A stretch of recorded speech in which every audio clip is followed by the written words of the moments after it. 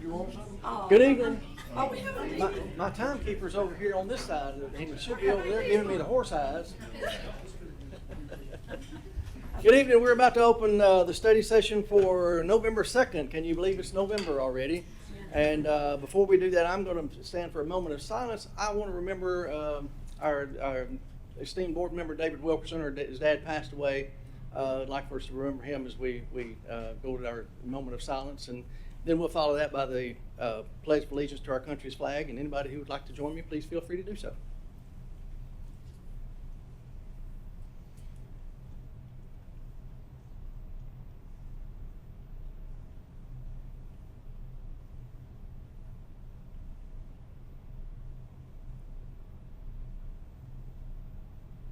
Join me in the pledge.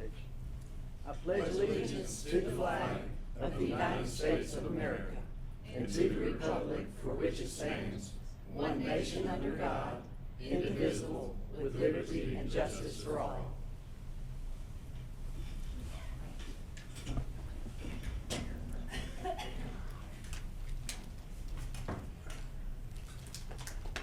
All righty. First item on the agenda is final zoning for Liberty Creek Schools. Dr. Phillips, I believe that be you. Right, yes. I'm going to pass around two maps. Let's see, JJ, you want to hand them out? Maybe Lisa, you want to help? So we're going to get two maps. The first one is an elementary zone, and the second one is a middle school and high school zone. Then I posted these also, some bigger ones, but anyone, parents that this may impact, we're going to have these online, I think, here momentarily, probably, if they're not already up, so parents can go on and look, can zoom in, can see exactly where their house may be in regard to the new map, and that way they can kind of see what we're talking about. It's very difficult if you don't put them online, obviously, for people to have access and to be able to see them. So I think they've already been posted. All right, so I'm going to walk you through this a little bit and try to talk to you about the rationale. Some things did change. You know, 3 years ago, I guess, pretty close to 3 years ago, December, January of 19. I think it's when we talked about the first run, which you know, we all discussed.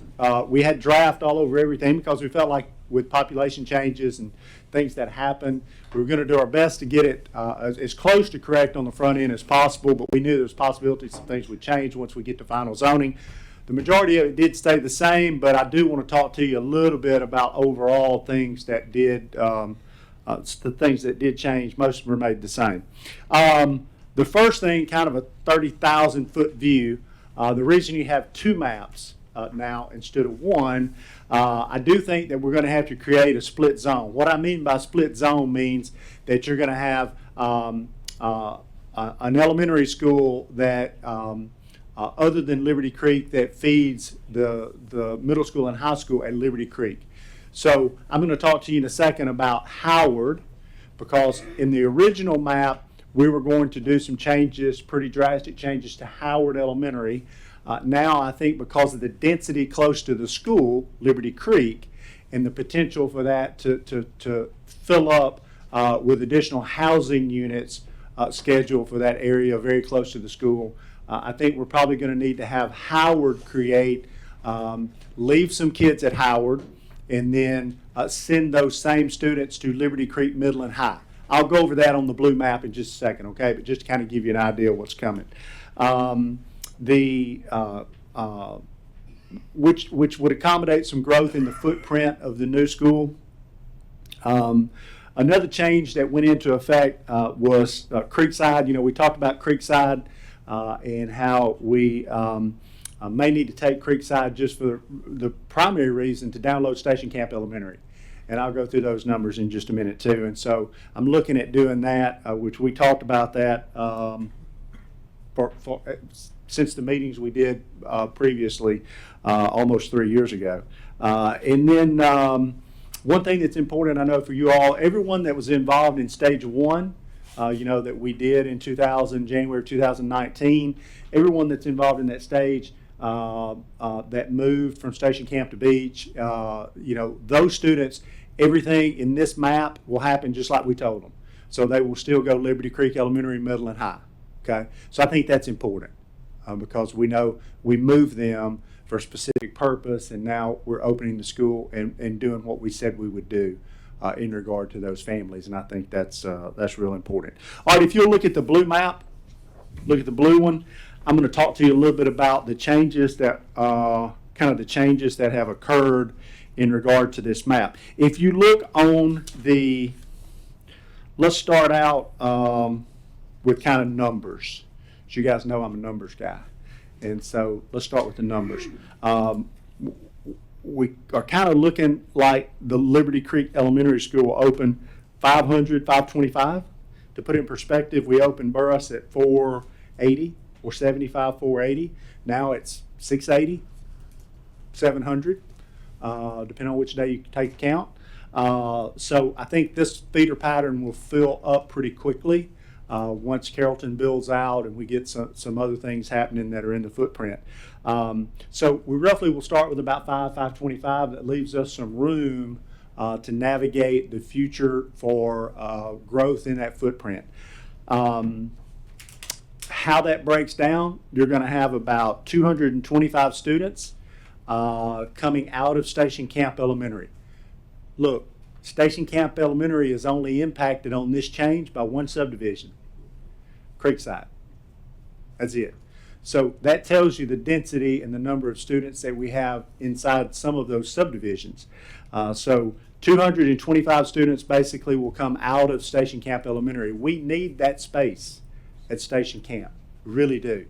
Right now, just to give you some perspective, right now today we're at about 1,050, which is higher than we were before we split them in stage one.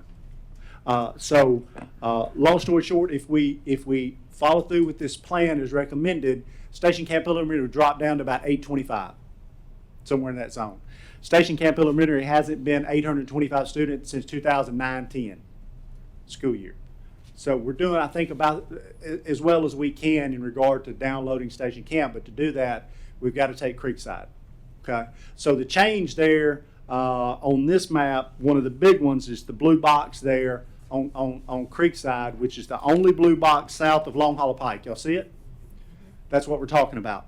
Now, one thing that, I don't know if this is what Mr. Daniels is going to ask or not, but I was waiting on final zoning until I got far enough down the road that I kind of had some assurances about the traffic light at Long Hollow Pike.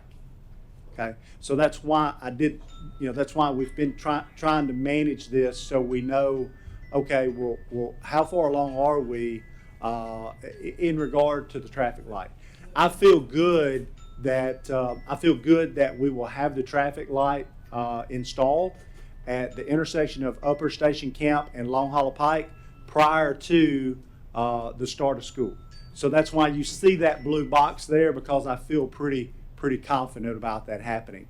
And we discussed that in January 2019. We said, hey, this is going to be a real driving factor on Creekside, because that light will allow us to get all of those students, buses, parents across Long Hollow Pike on a hard green and make traffic flow much better. Yeah, just a couple of quick questions. So you said Liberty Creek Elementary will start at 500 to 525. What's the max capacity? About 850. It's very similar to Burris. Okay. So you'll have some room there to grow. That's kind of why I referenced how Burris was started at about 480, just so you kind of know, pretty close to percentages of how we started Burris is kind of how it will flow out. And so, just for purposes of clarity, based on what you just said, if we're starting Liberty Creek Elementary at 5 to 525, and 225 is coming from one subdivision, that's about 35-40% of the student population is coming from one subdivision. That's right. You've really got three. Really, in this particular zoning, you've got two places where you're going to have pretty high density there in Carrollton. Okay. And so those two subdivisions to the elementary school at Liberty Creek, those two subdivisions will be the majority of students that will be there. Okay, thank you. Yeah, absolutely. So back to kind of how it will impact us, obviously Creekside and downloading Station Camp is a huge driver that we need to pay attention to. And we've made several moves over time. Of course, that one in 2019, but even previous to that, to download Station Camp. Beach Elementary School will have about 225 or so come out of Beach. Give you some perspective, that'll leave Beach somewhere around 350 students. Beach was 410 back in 2017. It'll be a little bit less than that, but you've got Westbrook and you've got some other stuff happening there. And long term, and I don't mean now, don't want to make anybody nervous, but long term, as Durham Farms builds out, which is in the Burris feeder pattern, as it builds out, you're probably going to be looking in the future to have possibly everything on the Goodlettsville side of Shackle Island Road go to Beach. Where now it's not that way, it's split. So that's for later time down the road. But I'm trying to make a point that Beach Elementary going back to that 350 range, that's for a reason, because we think that there's going to be some movement there that will have to happen.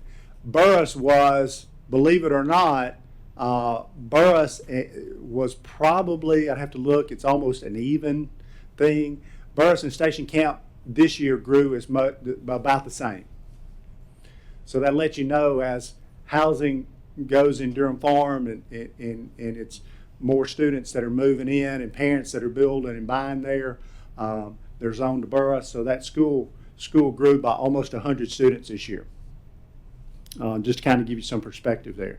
And then Howard would have about 50 students less, which makes Howard about 500 or so, and basically be about the same size as the new school, Liberty Creek. So it'd be very, very similar, almost identical once you get to August of next year. So that gives you about 500, 525, depending on how much growth occurs in the zone between now and then, most of that in Carrollton. So you look from today to next August, and you kind of have to guess that we're going to pick up some probably between now and then. There are a couple of unknowns. One, in that blue zone, there are 54 students currently that are part of Union Elementary. Now, I'm considering that all of those, this has nothing to do with them because they've lotteried to Union, and so it has nothing to do with them, okay? If they choose to go to the school, Liberty Creek, they can. But if not, then they've already lotteried to Union Elementary, so they would stay there, right? So it has no impact on them unless they want to go. We haven't polled those 54, so you could have some of those parents that want to go to Liberty Creek Elementary and not stay at Union. Does that make sense? So there's a little bit of an unknown there. There's also a little bit of an unknown in all three of these scenarios, Liberty Creek Elementary, Middle, and High. You're going to have an employee exemption. So depending on who gets hired in those buildings, I don't know how many children they'll have that will want to go to school there. Does that make sense? So you're never going to know that until you absolutely get everyone employed that's going to be there, and then they make a decision about what's best for them. So you could have some people hired at the high school that have elementary children that we don't even know that yet. So you got to leave a little bit of room in there for those what I consider to be unknowns, just because we don't have enough information yet to do that. But this plan gives us the ability to do that. Let's talk about the part over right on 109. So if you look at 109, that's obviously the red line there that kind of separates the zone from the blue from the white. And if you follow that green line, the bottom green line, that's Long Hollow Pike as it catches 386. Everybody see where we're at? So you see that section of white that's on the Hendersonville side of 109. Okay. That's the subdivisions, a lot of students here. Those are the subdivisions that are currently zoned for Howard. That feeder pattern currently is Howard, Rucker, Gallatin High. Okay? So previously in the draft, we said those students were going to be shaded blue, and they were going to go Liberty Creek Elementary, Liberty Creek Middle, Liberty Creek High. Okay? On final zoning, I'm telling you that we can't do that, because we've got to take Creekside, which is right by the school, because you've got to download Station Camp Elementary because you got 1,050 students there. Does that make sense? So you're having to make adjustments to what's closest to the current school. The good thing about this is all of those students are currently at Howard. So you're not moving anybody, right? We're not uprooting people. We're not making them move. We're just saying, hey, based on the numbers and the density close to the school, we're going to leave you at Howard Elementary, but we're going to zone you for Liberty Creek Middle and High. Does that make sense? So we are going to zone you Liberty Creek Middle and High, just not Liberty Creek Elementary. And the driver for that is to try to make our number match what we think. The worst thing we could ever do would be to zone these folks right now to Liberty Creek Elementary, and then in 2 years, move them. You don't want to do that. And I think having to take Creekside to download Station Camp, I think you're going to need to just hold up and let that Liberty Creek zone fill up with density, so you don't wind up moving students 2 or 3 times. Does that make sense? Otherwise, you're going to regret it, I think. So those are the biggest changes to what happened in the Liberty Creek Elementary zoning.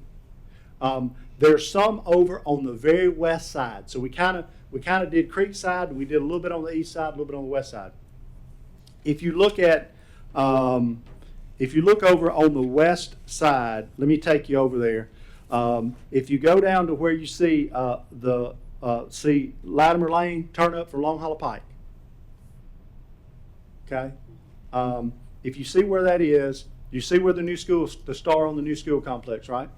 So what we've done is tried to go up and make sure Latimer Lane from Hunters on both sides go all the way out to New Hope Road, because that's the way we'll run routing.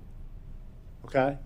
And then we'll make that loop and go back to Beach. So there's some zoning right there along Latimer, down Newman's Trail, Sandy Valley, a little bit of that New Hope Road there where it comes off Tyree Springs. Those places will stay beach.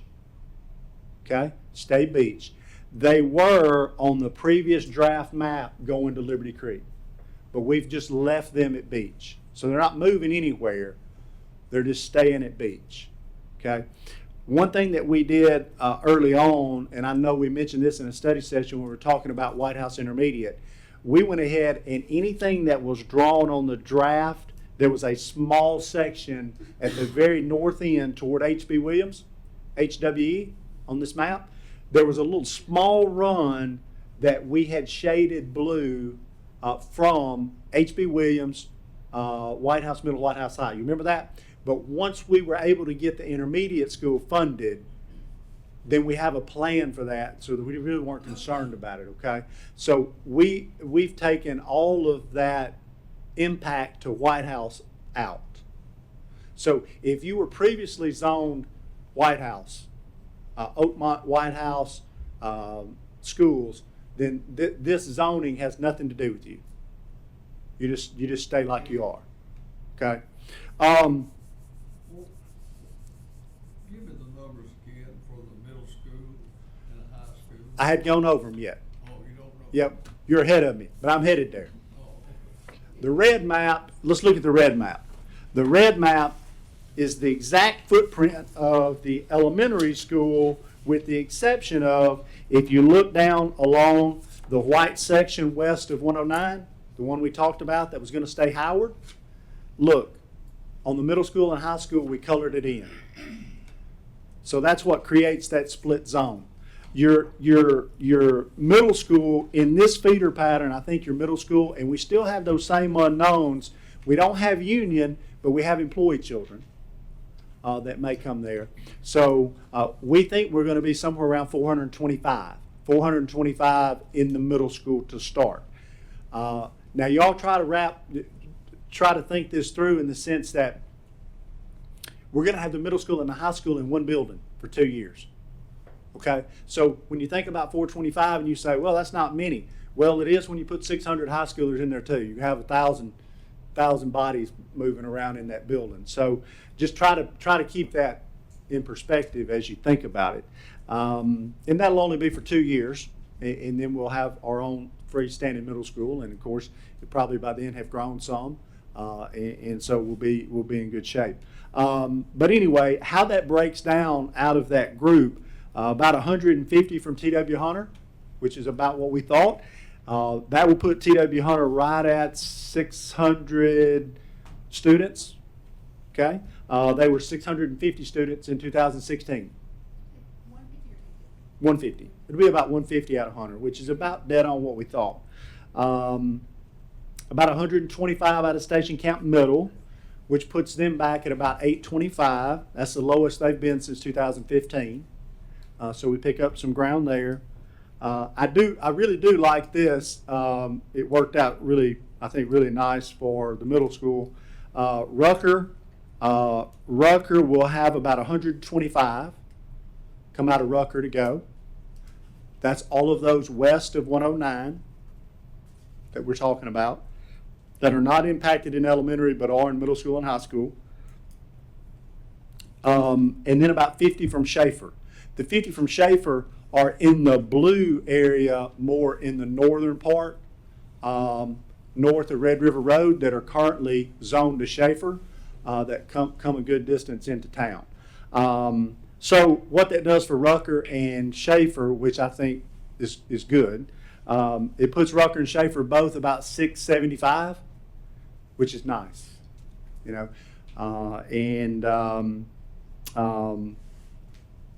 you know, Rucker hasn't been under 700 since 2010, to give you some perspective. So that's going to feel good in regard to just how we have our students assigned across the middle schools. I think it'll be really nice. The high school, of course, is the same feeder pattern, the red feeder pattern. I think we'll be about 550, 600 there at the new high school to start out with. It'll be about 150 from Beach High School, which will take Beach back to about 1,500. If you remember when we talked through this, I said, you know, I think your goal would be to have all of your high schools, the big high schools, somewhere around 1,500, 1,600. If you can do that, that's kind of what you want to do. Beach would be about 1,500. We're going to say about 100 out of Gallatin. Doesn't have a ton of impact, but it does have some, which is good. So that would get Gallatin back right at about 1,600. And then Station Camp had the biggest impact, and of course that still goes back to Creekside, but a good bit of it does. But Station Camp would be somewhere in the 1,050 range, which would be the lowest they've been in a long, long, long time. Now, that doesn't make me nervous, because if you look at Station Camp High School's footprint, and you try to figure out where all of the density and growth is going to happen, it's all going to be in that footprint. So, you know, that doesn't bother me at all, because I know that 1,050 is going to be 1,150, 1,250, 1,350. It's going to fill up rapidly, but they will be lower than they've been in quite some time. So. Those are the changes. I'm glad to answer questions. If you look at the map, of course, we've got 2 weeks before we vote. There are some changes to what we originally said with the draft, but I think they're what we need as far as the proximity of where the folks are that we need to have stay at schools, that where we need it. The Creekside move we need to make for Station Camp Elementary. You know, I think the other changes work out really nice for what we need to do, and we're trying not to move people. You know, the west side of the zone, those that are impacted are at Beach, so they're not having to leave Beach, so you know they're staying at Beach. The ones that we're changing there for Howard get to stay at Howard. They're zoned Howard now, so they're in school at Howard today. So we're not uprooting them. Kind of like I mentioned, I don't want to spread that zone out for the new elementary school and then look back 2 or 3 years from now and have to start making children move because it's become dense and we just don't have room for all of them there. Ms. Hayes, did you get your question answered? I did. Okay. Then we'll go to Mr. Daniels then. Yeah, just a quick question. I know when we do zoning, we obviously take busing into account. If we're busing students in this area, they're already probably getting bused somewhere. So, from a capacity standpoint, it's not like we're to go purchase a ton more buses because it's a whole new area we're taking in. But I do know that sometimes the start and end times can be affected by busing.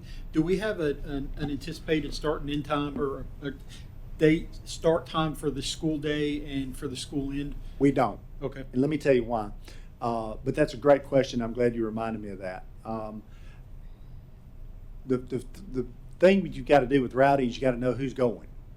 So the first piece of the puzzle is you have to get zoning set. Once you get zoning set, and I give Andrew and Heather, I give them these maps, they're going to pull the names and they're going to say, hey, we're going to build routes. Once we build routes, then we'll be able to determine, start and stop time. I think I think we have some advantages here because most of our population for the elementary school will be in pretty close proximity to the campus. So that will help us as far as routes and start times. And then I think Miss Andrews and I were talking earlier, and she made a good point about in the split zone with Howard, if you have a parent that has a child at Howard, but also has a child at Liberty Creek Middle, we need to have them staged far enough apart that they could drop off at Howard and get to Liberty Creek Middle. Does that make sense? So we'll try to work through all of those things. But I anticipate it will be probably January when we set the start time. Okay, thank you. Thank you, Mr. Daniels. Ms. Andrews? Yep. That was going to be one of the questions is when can we anticipate letting parents know when start times will be. So to have a tentative January, us looking at that, that does help. Especially with the holidays coming up and so forth, giving Andrew and his team plenty of time to look at those routes, because obviously we want to not be hasty with that. We want to make sure we give good information to our parents. I know one of the things that just consistently is a question that I get asked anytime that the schools are mentioned, and specifically for high school, is who has to go and who gets to stay. Yeah. Can you elaborate on that, what your recommendation is going to be? Sure. Yeah, and I knew that's a great point too. I should have put that down. I know that's something that parents, especially parents that are having or have rising seniors, that this will impact. This is a big thing that they've asked us. So my recommendation would be, and we've talked about this before, I would let seniors choose. If you got about 150 seniors out there that will be impacted by this, okay, I would just say, hey, if you're at station camp and you're impacted by this and you're going to be a senior, we're going to let you decide. If you want to stay at station camp because you've played athletic, we're going to let you do that. Same goes for Beach, same goes for Gallatin, okay? So there's going to be some impact to your initial starting number for seniors because you're going to give them the ability to do that. But I think in my mind and how that feels to me, if I were in their shoes, that's what I would want to be able to make a decision about that for my senior year. And some will choose to go, and their friends will choose to go, and that's great. Some may want to stay. I do not think that my opinion would be that would be the only exclusion you would make. And I say that for a couple of reasons, because if you start saying, well, we're going to grandfather this group or that group, you can't sort it all out. You can't be fair because you're going to have one reason is just as good as somebody else's, and it just makes it to where it really is very, very, very difficult to do. And I don't want to have to do that because everybody's reason is going to be important. So I would just say that seniors should be able to choose. Everyone else that's in the zone should go. Ms. Hawkins? Yes, if my memory serves me correctly, in looking at numbers and capacities of schools from last year, Station Camp High School and Gallatin High School were over 100% capacity. Is that Station Camp wasn't, Gallatin was. Gallatin was. Gallatin was. Station And- Camp And was. I think maybe we had, pressing against some at, Station Camp Elementary and maybe Rucker Stewart. okay, Pretty sure. getting Uh-huh. right up there to 100%? Yeah, close, very or close. higher, and Mhm. Gallatin was higher than 100%. Yeah, they were like 107, I think. Right. So I'm in the back of my mind, I'm thinking, okay, Liberty Creek is gonna take some of that pressure off of Gallatin High School and these others that are just pushing 100%. And I realize that the census numbers are what we are using, and just looking around my district, I've got a lot of construction that's not finished yet. And so I'm looking down the road going, where are these children going to go? And how is this going to look in a couple of years? I mean, as far as thinking about not having to uproot people again and things like that. Are we looking down the road, even though it's not included in the census, we know there are going to be a whole lot more numbers in District 6 these are students who are going to have a place to go to school. So, Yep, so that's a great point. And I failed to mention this, but I do want to go back. Look on the red map. You see this little triangle that's below the green? You see that one little triangle that's below the green line, which is Long Hollow Pike? So we drew that into the Liberty Creek Middle and High in Howard Elementary zone in this run. That is just to give you some idea where that's at. That's where 386 Long Hollow Pike split. It goes down to Greenlee Boulevard, and they did Greenlee extend it over to that little triangle right there.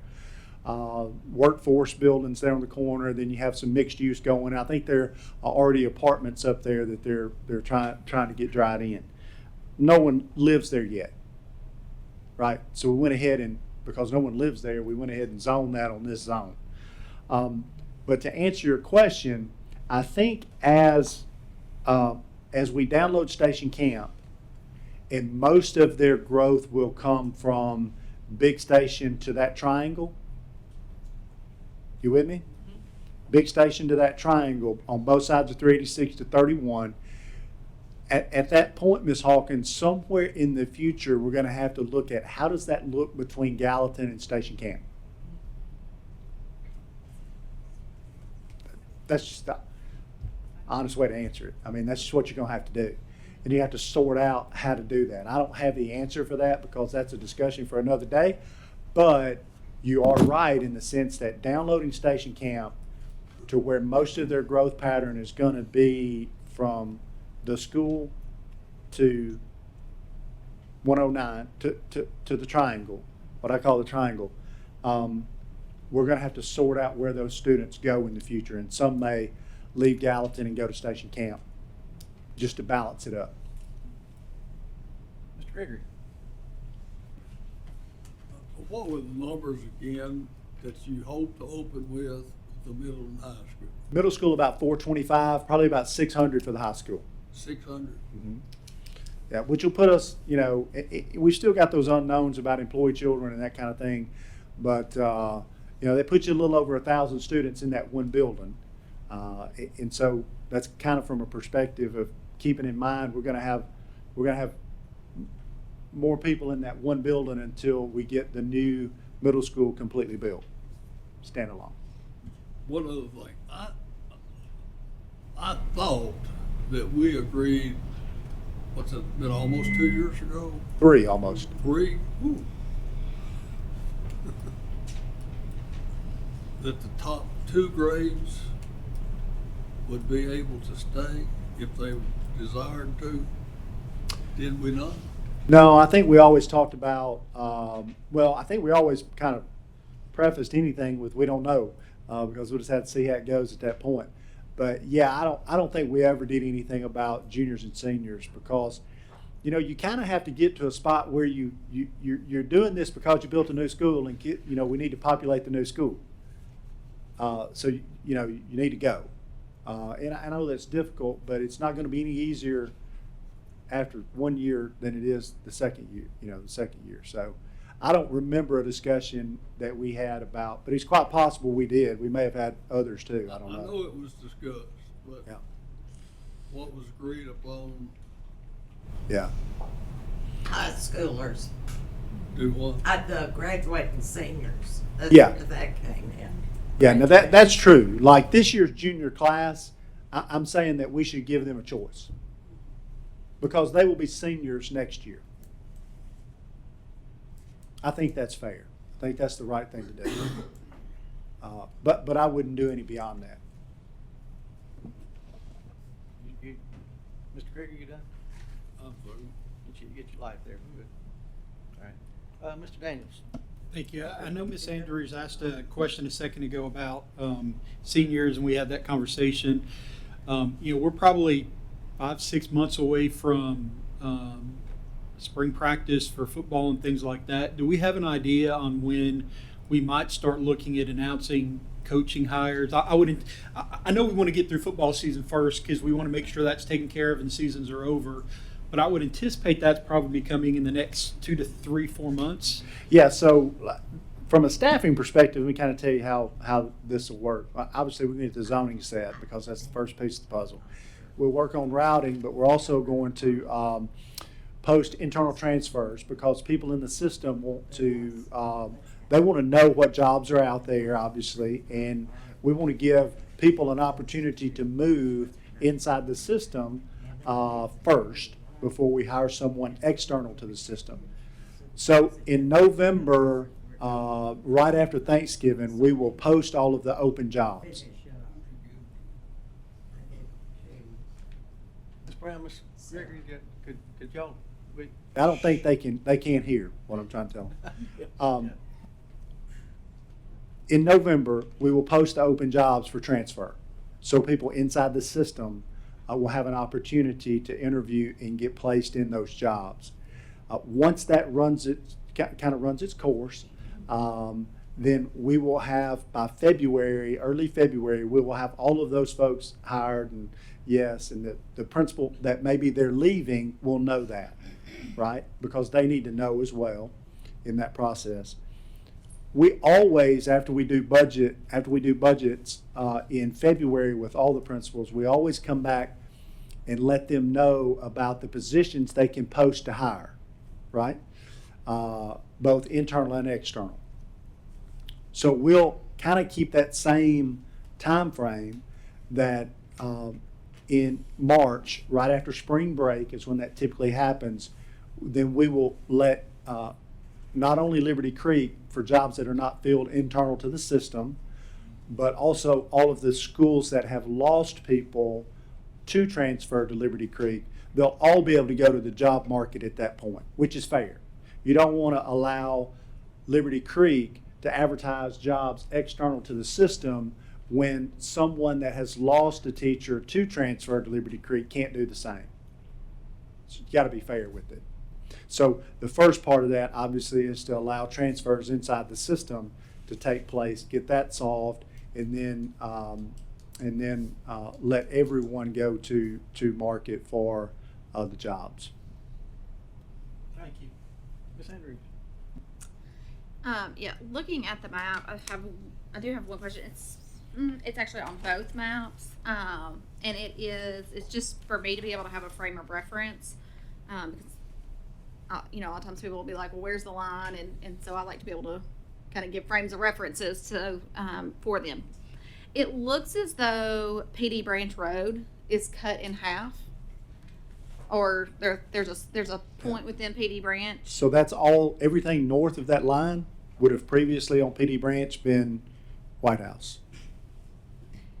As a frame of reference, is there a Mr. Wise, you can tell me. I don't know exactly what I was track, like, he probably could tell but me it's where easy to explain to people in the sense that if you're on PD Branch Road and you're currently zoned to HB Williams, this doesn't have anything to do with you. It's most likely.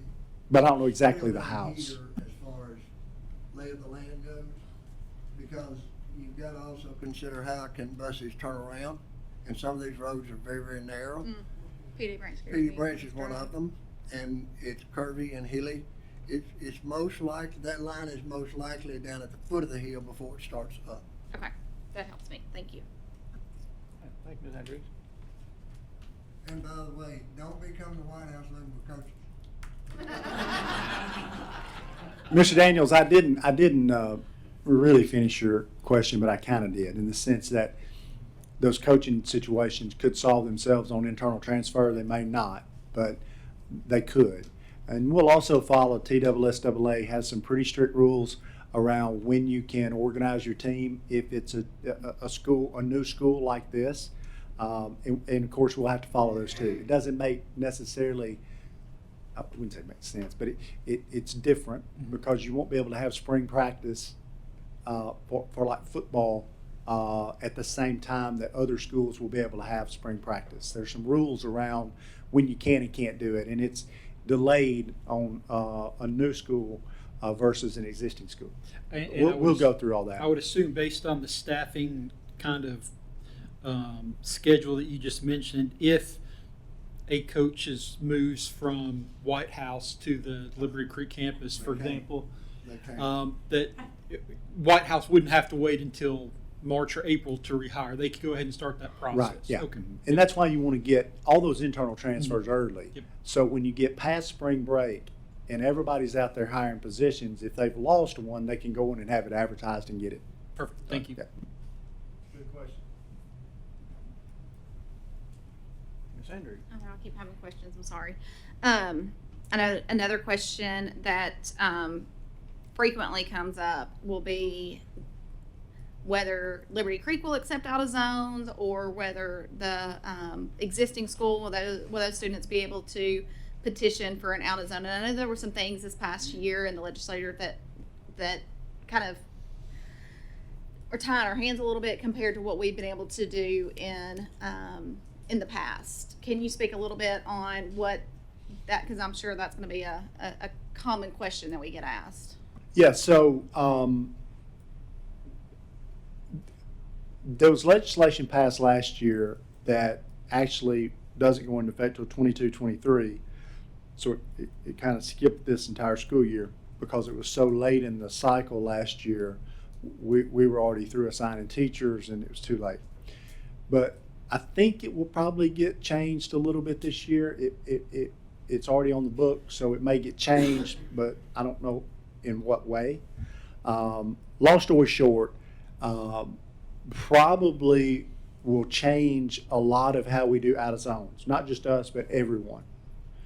And there really won't be an out of zone process. I can have some hardship based on some laws that are out there, but it wouldn't be like we do out of zones now. Anyone that wanted to seek an out of zone, if we had open slots in a school, we would advertise that. And then those open slots, you would do a lottery just like we do union. And your name would go in the lottery and it would be a blind computer draw. And then that's who fills the seats. Does that make sense? So that whole process will change if that law survives. It's just right now, and it's not surviving, it's already on the books.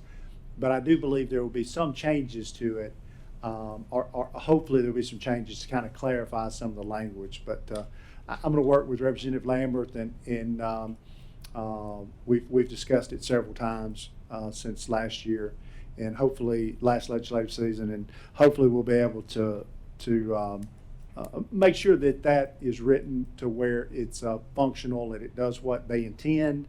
It also it's manageable for us and for parents. And we also discussed too, there's a TSSAA component, all specifically when we're talking about, I think some of these things is specifically for high school, where they just have some very specific language on, like, say, you know, they go to Liberty Creek for that first year and then they go, no, I want to try to go out of zone back to my old school, or, you know, different things, that there are some residency requirements and so forth that just because you got rezoned, like, it's that That's right. first year and making some decisions. Yeah. So I know, like, when parents are looking and saying, Yep. you know, hey, I may want to consider to do an out of zone if that gets accepted, but then they want to go back to where they're actually zoned, They have to sit out. then there's some Yeah. implications with TSSAA Sure. on that. So Yeah. So, TSSAA, and of course, as we get further down the road, we certainly can make sure everybody knows that. I think your comment deals more with, if we run a lottery in the future, because the state law says you're gonna run a lottery if you have open seats. And let's say that doesn't impact Gallatin High School, but it does impact Liberty Creek, right? Because you say, okay, we're not gonna run an open lottery for seats if we're 85% capacity or higher. Well, that's gonna get 90% of our schools, right? But it might not get Liberty Creek because we just opened it and it has some capacity. So, you know, once I kind of figure that out and set it, then parents could apply to that open lottery. Okay, if we didn't have more than the number of seats, everybody gets in. There is no need for a lottery. If we have more than seats available, you run the lottery, it's a blind draw, that kind of thing. They have to know up front that if they're doing that and they're above the if they're ninth grade or higher, they've started their eligibility clock at their existing school. If they do get a seat in the new school, they would be bumped for a year. They'd be ineligible for a year because they're not zoned to that school. That's the way I understand it. Now, I'm not an expert. That's the way I understand it. Same thing goes here. Like your seniors that are athletes that we allow to choose, they're going to be eligible because they're already eligible at the school that they played at last year. But the same situation would occur, you know, if you had a sibling that we allowed to stay 1 year, but then move the next year, they would have to sit out, which would mess them up. So that's why it's easier to say, you know, if you're a senior, we're going to give you a choice. That way, you really, you just are the same all the way through your senior year. But lower than that, you move. If you're in zone, you're going to be eligible immediately by rule. All right, Ms. Hayes. Yes, thank you, Chairman Brewer. Refresh my memory. I read through this. It's been, a year or so ago, the state legislature. What's the motivation behind that? And if it moves to this lottery, then is that 1 year they're accepted out of zone, and then they have to apply each year? So there was, so I can't answer the first part. Okay. 'Cause I don't know. I don't ever want to say what somebody else's motivation is, especially the legislature. There's a lot of folks there, but regardless, some of that type of language was in the bill that was passed last year that was delayed for a year. That hopefully we'll be able to get some clarity around. That's kind of what I was mentioning, because in the previous bill, it said some things about once you're in, you're always in for that grade band cycle. So if if you run a lottery and they're in the ninth grade, you got to have them a seat till they're out, till they're a senior and gone. So it will make how people, especially in faster growing districts, it will make you be, I would think, conservative about your number that you allow in, because you're going to have to guarantee, at least while they're in elementary, middle, or high school, that they'll have a seat. Now, that could change in the new bill, or the changes that are coming. That could change. It may not. But there's some things in the current bill that are written like that. So we'll just have to see how it comes out. And then use that information, whatever the law says, we'll have to use that information to do the best we can to make a good decision about open seats. All right. Got all the questions on the final zoning for Liberty Creek? If anybody has any after this, obviously when you study these maps, just let me know, okay? Be glad to talk about it. All right, moving on to the next one, discussion and interaction regarding a revision to policy 4600 grading system. Mr. Lane. Yes, sir. Basically, if y'all remember, in July 2020, we made a change to the grading policy. We made some substantial changes to the grading policy. The one that we're revisiting tonight is high school grading, because if you remember last year, although it seems like it was a million years ago, July 2020, we discovered that we had an issue, which was we had written a progressively increasing percentage back, probably 2014, 2015, with EOCs counting an increasing percentage of a student's grade.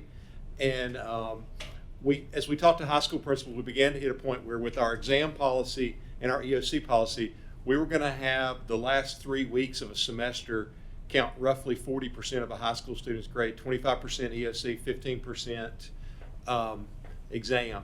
So we worked on something that what would be fair to students. You know, if you know the EOCs, most of them are like, they're pretty intense exams.